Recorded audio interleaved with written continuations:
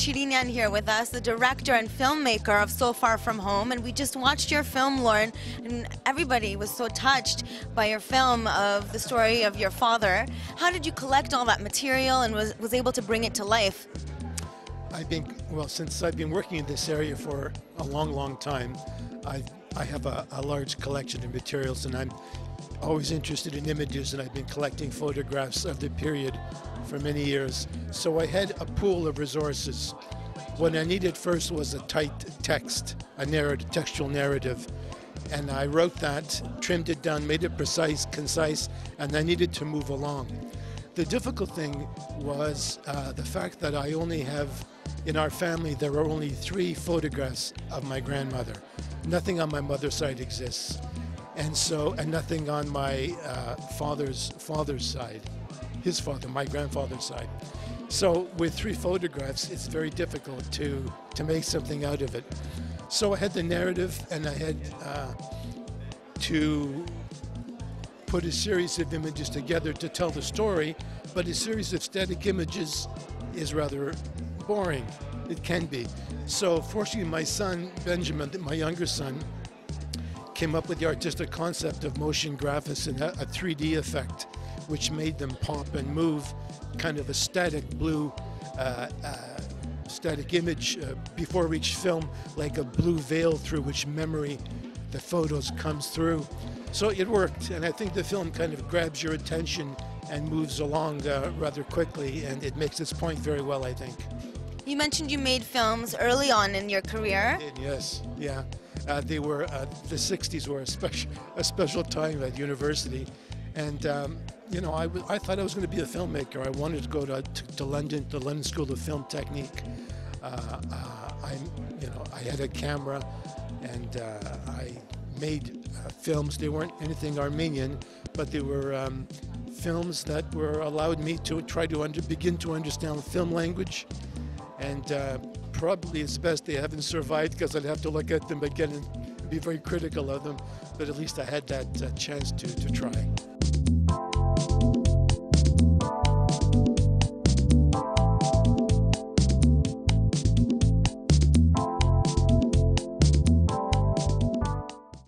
We just watched Robert Davidian's 3 films, SMYRNA 1922, 40 Days of MUSA, DAGH, 94 Years of Genocide Survival, and Return. Hi, Robert. Thank you for being with us. Hi, Artie. Thank you. Let's talk about SMYRNA 1922. So this film was your grandfather's film. Yeah, it actually is not my movie. But it was sitting in a closet for 60 years after my grandfather made this movie, documenting the end of the Armenian genocide in SMYRNA, which is a city in Turkey.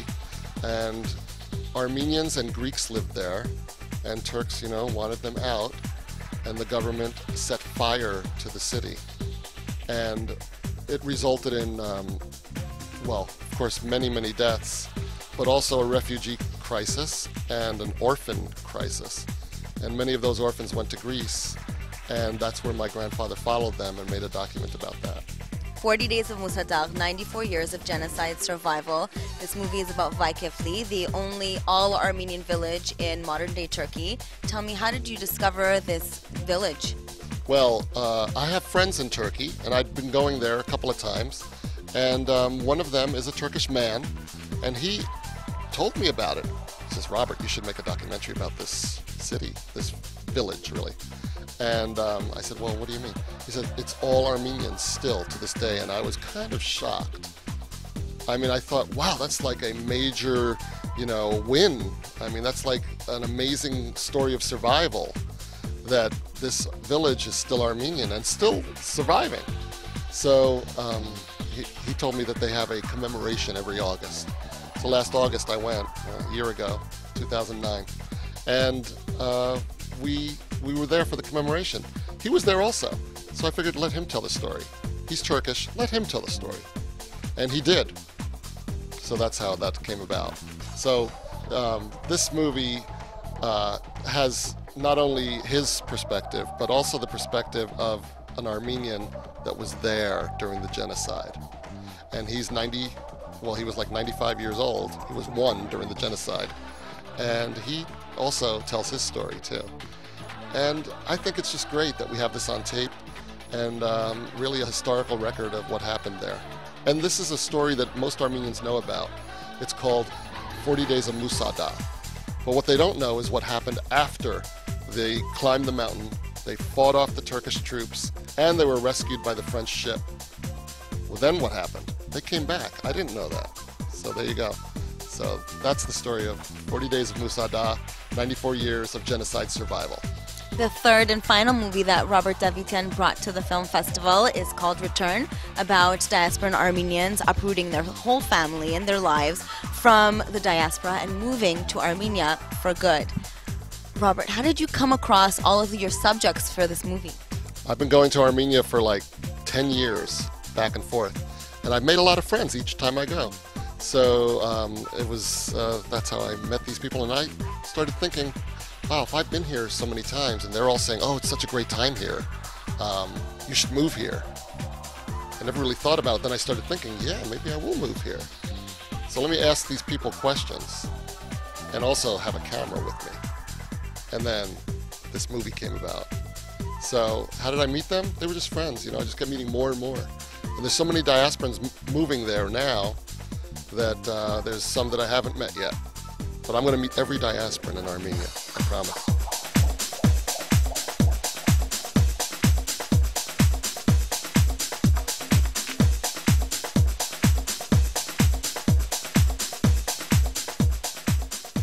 We're about to view Emmanuel Shirinian's film next, which is called Les SOFTIES. Hi, Emmanuel. Thank you so much for being with us. Your third Pomegranate Festival. How does it feel to be part of it for the third time? It's always an honor, actually, and that goes for any festival for that matter. Whenever a festival inquires about your film and want to invite it to screen at the festival, especially something as prestigious as Pomegranate, it's always a huge honor. And the festival keeps getting bigger and bigger every year, so it's really exciting, really exciting. For those who don't know, what is your film about? Well, Les SOFTIES is a 10-minute comedy that I actually co-wrote, co-directed, and co-produced with my writing partner, Russell Bennett. And it's the first time I've ever done that venture. It's a comedy about two hitmen who go up to the country to execute a hit, but when they arrive, their target is mysteriously absent, and they end up waiting and go through some sort of existential crisis to some catastrophic results. This year is especially a special film festival for you because you're sharing a day with your father. He's showing his film. Yes, my father's first short film and his first festival, so he's really excited. It's a beautiful, beautiful piece. Kind of a collage-style documentary on his experience as the son of Armenian, I guess, orphans, actually. So it's quite a beautiful piece. I'm very, very happy for him, and I'm honored to be sharing, to screen my film next to my father's, definitely. I'm here with Sarmen Sarmazian, and he showed his 3-minute short film yesterday called Walk Away. Thanks for being with us, Sarmen. This is your second year at the Pomegranate Film Festival. What can you tell me about your short? Well, it's pretty much about the hitchhiker who just wants to escape everything in life. He wanted to start from scratch. But the more symbolic meaning behind all that was that everyone defines being successful in a certain way, whether it's a car that you drive or how much money you make.